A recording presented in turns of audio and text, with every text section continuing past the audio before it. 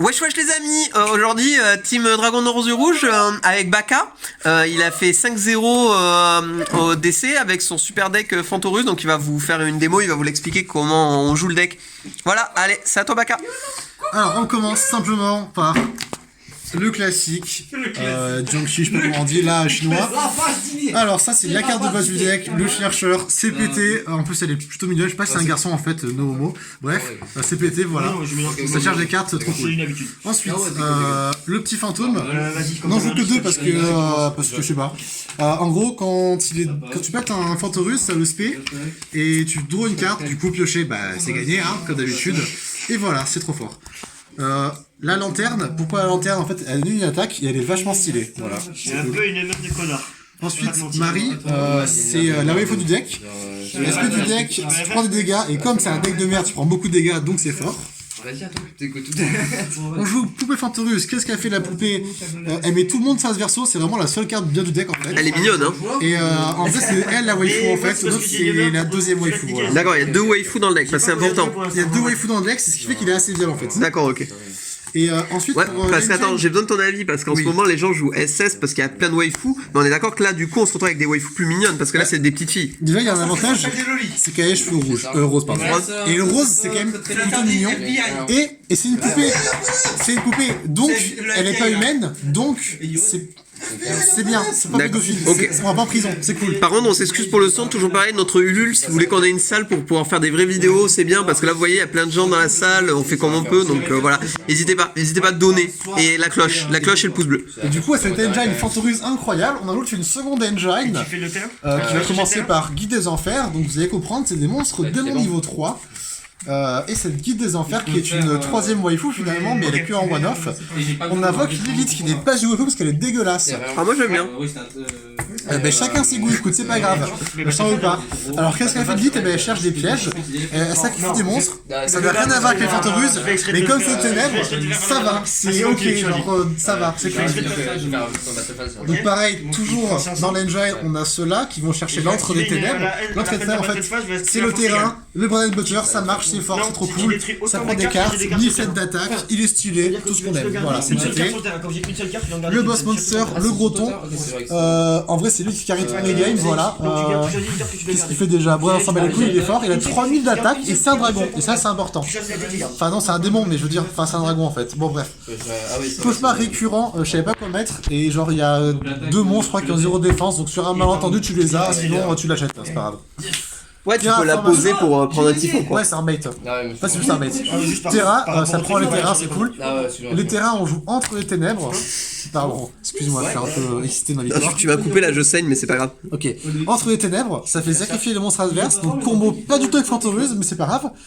Ça rend tous les monstres ténèbres, donc en gros parfois ça bloque des trucs bizarres, genre on peut pas faire des trucs genre salamandrette, là il faut des monstres feu je crois.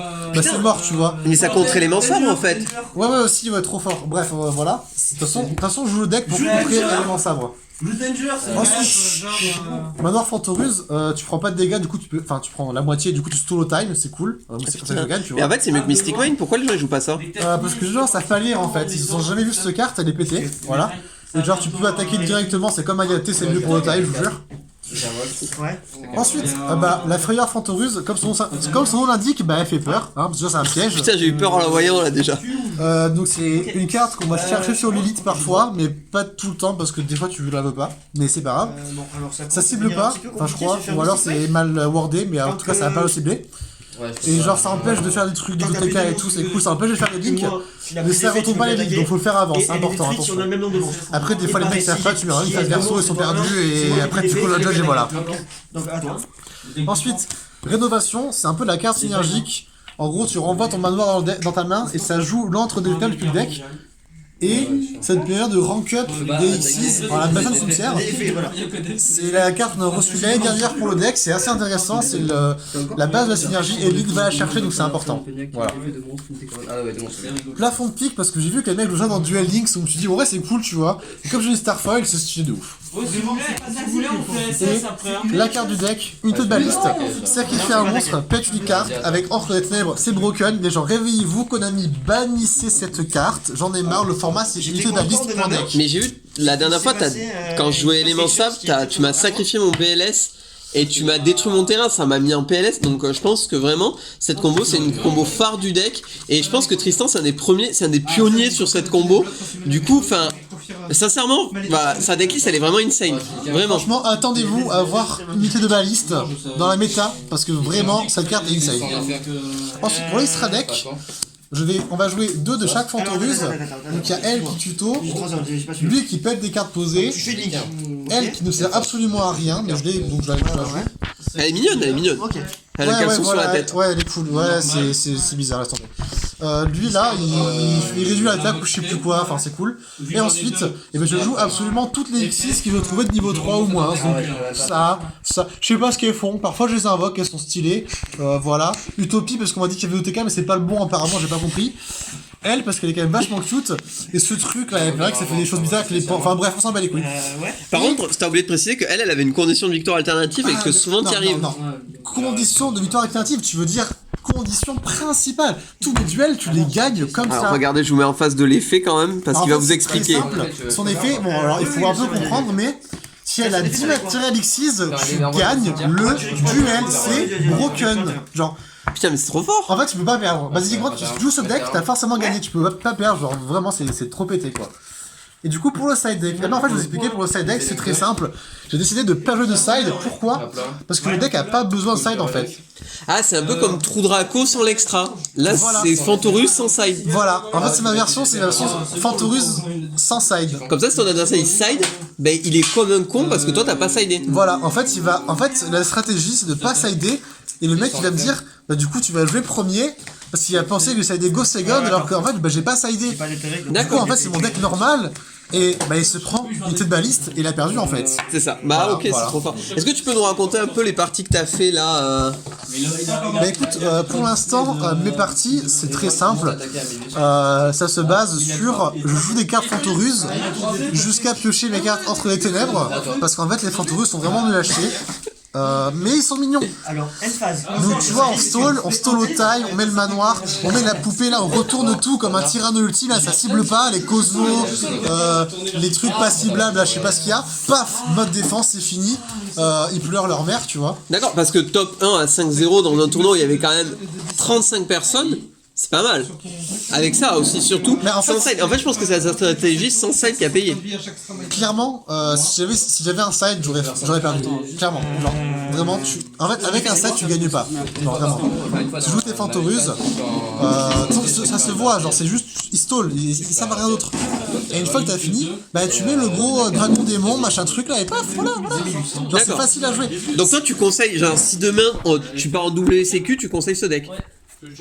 C'est pas que je conseille ce deck, c'est que pour gagner un WCQ, il faut jouer ce deck. D'accord. Si vous jouez pas ce deck, tous ceux qui le jouent vont forcément finir devant vous. Ok. Avec ce deck, le seul moyen de perdre, c'est match miroir. Voilà. C'est match miroir. C'est la seule faiblesse du deck, c'est que dans le miroir, c'est celui qui pioche le mieux qui gagne. Et voilà quoi, c'est tout. Sinon, c'est auto-win, je suis désolé. Lisez les cartes, vous allez voir, genre, c'est impossible de perdre. Mais on est d'accord, parce que là, littéralement, ça compte Sky Striker. En fait, ce que vous vous rendez pas compte, les gens, c'est que ça, plus le terrain, ça défonce Sky Striker.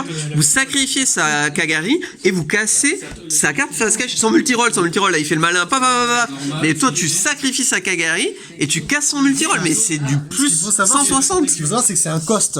Du coup, si l'adversaire il invoque Herman et que tu chaînes en cost, ça négate l'effet en fait, parce qu'il est plus sur le terrain, tu vois. Putain, mais. Du coup, les gens, sincèrement, on est encore dans notre série de spéculation, mais unité de balise, c'est une short print.